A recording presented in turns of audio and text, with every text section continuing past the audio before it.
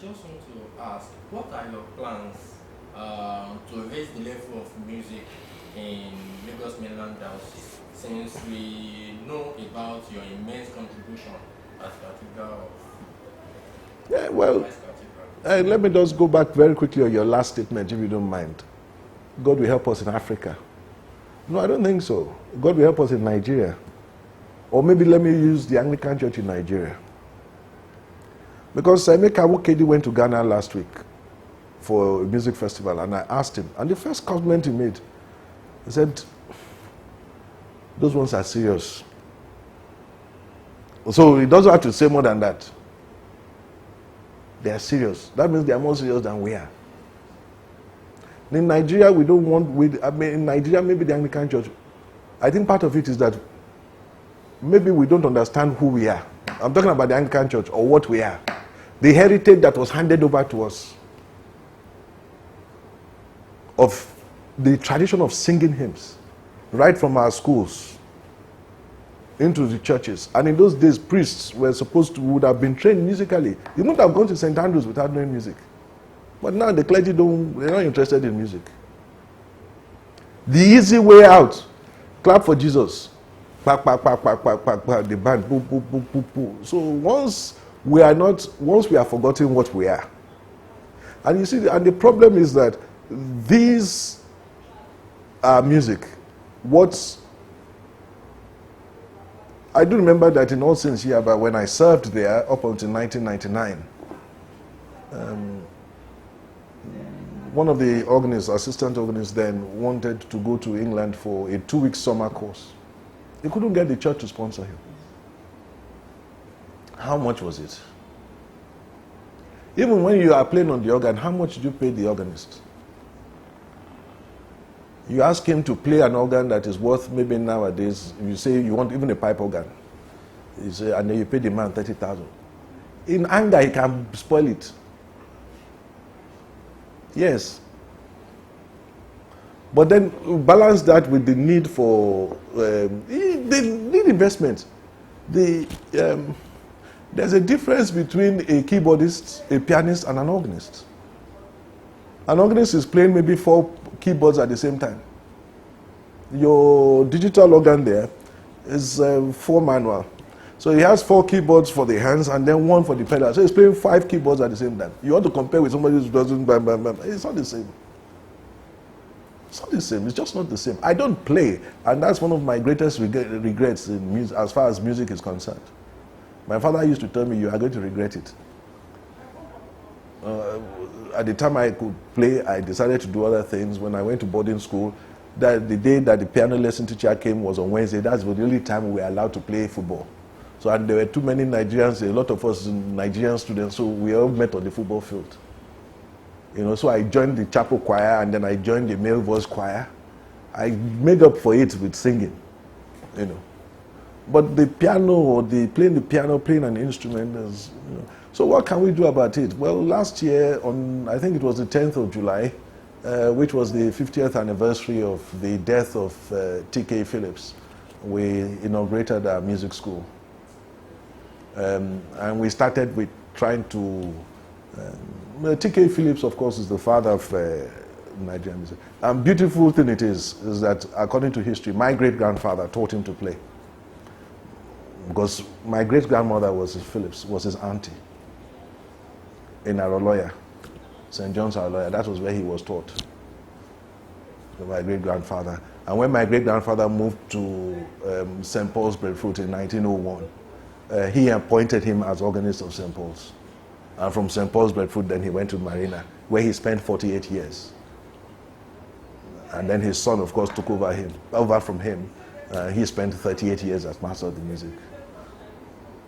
So here and then here in St. Paul's, Idioro, one of the churches in our own diocese, was where he finally lived. He used to live on Ali Street, but then he moved to Idioro, where he had like an orchard, a huge expanse of land. So the part of the land on which St. Paul's Church Idioro stands actually belongs to him. The mobile petrol station that you go in belongs to T.K. Phillips. And so we are hoping that somehow, maybe as a result of this interview, somebody will catch the vision. We want to move the music school from the crypt of the cathedral to that place as a way of immortalizing him. But maybe also why the school is there, first of all, the clergy needs a deeper sense of appreciation of our heritage, our musical heritage. If they don't catch that vision, if they don't think it's important, then there's nothing you can do. So that was why when we started with the clergymen, and I knew the trouble that they went through. There were some of them were supposed to repeat, but coronavirus saved them. So, but we have the records, they are going to go back until they pass the thing. Because in those days, you couldn't have been a priest without passing music. You couldn't have been. It was one of the core subjects. Because in those days, priests were the organist, the choir master, the preacher, the doctor, the everything. So they had to learn, they had to understand music. They had to play. They had to be able to sing. So when doing the ordination program now, for instance, in doing the program, in choosing the hymns, I choose the tunes. I've chosen tunes. I open the book, the music at the back. I know what I want. I know the mood I want to create. So I have a choice of 3 or 4 tunes from the back, whether there's LM or 6666 or whatever it is, or common meter and all that kind of thing. What kind of mood do you want to create at a particular point in time? When you say something is an introit, do you take a beautiful, heavy sound, or do you take a simple sound to get people in the mood for worship? So I think through the music school, people will learn basic rudiments of music, and perhaps from there also go on. It's not just for members of the diocese. We hope we can open it out. And maybe it's a mustard seed that will grow. I'm sure that when Canon James Spears started, it was so small, and then now it has grown.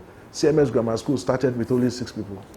Reverend Babington Macaulay started with only 6 people. Look at what it is today. So definitely there's a plan in place, but the question is, do we have the funds? We don't, to be able to take it. And then the manpower, yes, I'm lucky for some organists in the diocese who are part of it, who come to lecture, But we're just about to open it up to lay people when the pandemic came up and everything just went down. So we hope that we'll do that, and that the clergy and the lay people, who knows, we might discover some hidden talents. I was somewhere yesterday, and the daughter of Tunde Shoson was singing and all that kind of thing. And I said, yeah, bro, no. Anyway, you have no choice. The singing, the music is inside your blood. So you have no choice. You have to do it. So we want to look for people who maybe already are musically inclined, and maybe those who maybe they had the talent they never knew about. And let me stop. It seems as if it's going too long. Thank you, sir. No problem. This is an interesting tradition we have in this Anglican communion. Thank you for your time, sir. Thank you very much. Thank you. Is there maybe there are other things you just want to say in line? How much time do you have? Because I see that one recording device has stopped. That one is still working.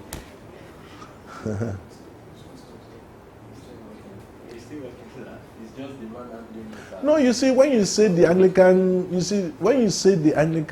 Church, I keep telling you that our music is dynamic. Is that, part of the problem in the Anglican Church, the way I see it, is that we want everybody to be the same, and we cannot be the same. We cannot all be the same.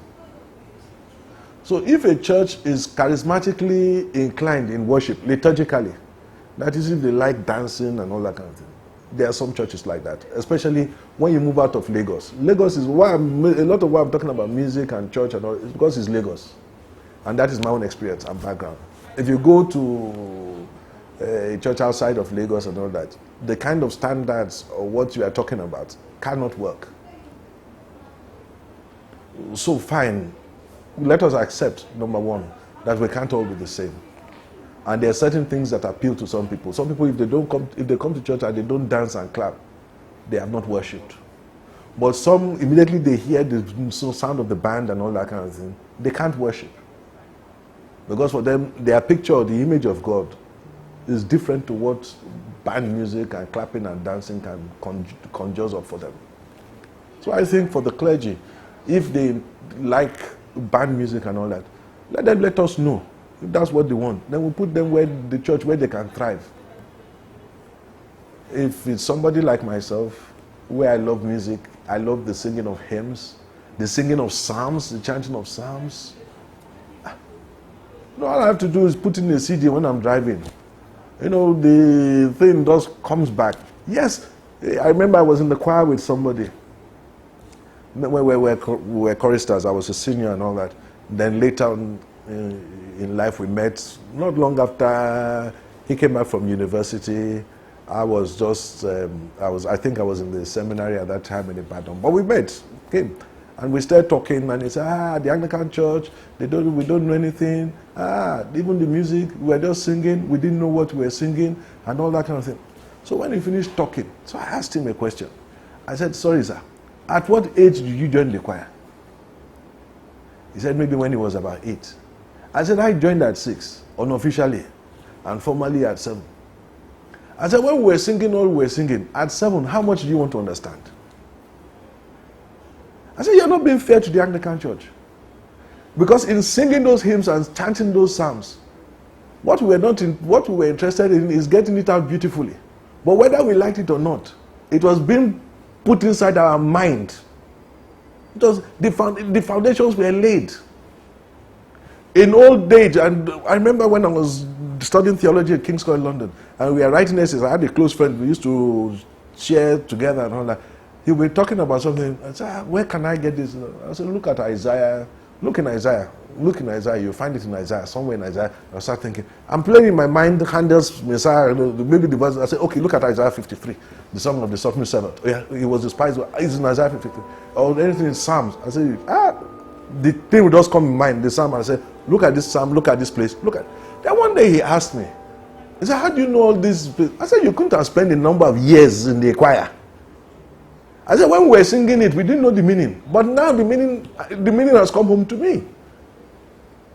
So those were the days. You can't say that because you were in the choir at 6 or 7, you didn't understand what we were singing. I asked him, what were we singing? Is it a secular song?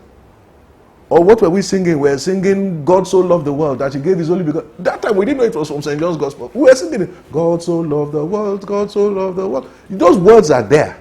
They are put into you. It is in old age that, when you get older, then you begin to put everything together. So we as the church, the Anglican Church, for instance, first of all, have to understand ourselves. Yes, and there are different tensions, depending on what part of the country you belong. So, for those who love music, and those who love their music, their liturgy and all that, shouldn't be looked down on others by saying that the usual thing is sometimes if you love Anglican worship, the traditional Anglican worship with psalms and all that kind of thing, they will say one is not born again, unless you know how to clap and dance. One day, a colleague of mine, when I was in a church working, and he said to the congregation and announced, okay, everybody is Marconi and me. So I asked him, I said, what does Oni and me mean? He said, yes, Oni and me is the choruses.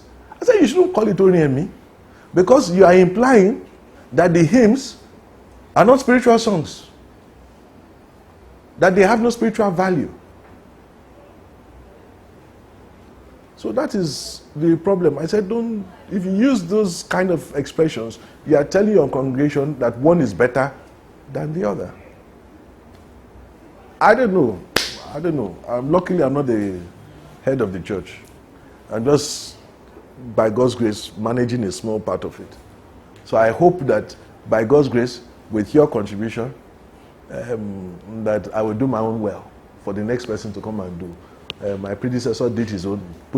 I will do my own by God's grace, and hopefully, when I look back, I can thank God that maybe it's not the right time. And let me say something that for the Cathedral of St. Jude, because this is here, I can see that they are lucky in one sense, very lucky in the commitment of their organists. The commitment, and it's not because they're standing here in front of me. I've always tell people, I said their organists are committed. How I wish we had the funds to do more for them by way of training, retraining, and all that. Yeah, there were plans to do that, and by God's grace, those plans will come forth. You know, but by commitment, fine. I have no problem with the commitment. But there's always room for improvement, massive improvement. Okay. Thank you very much. Thank you. The Lord will continue to strengthen you. Amen. And you too.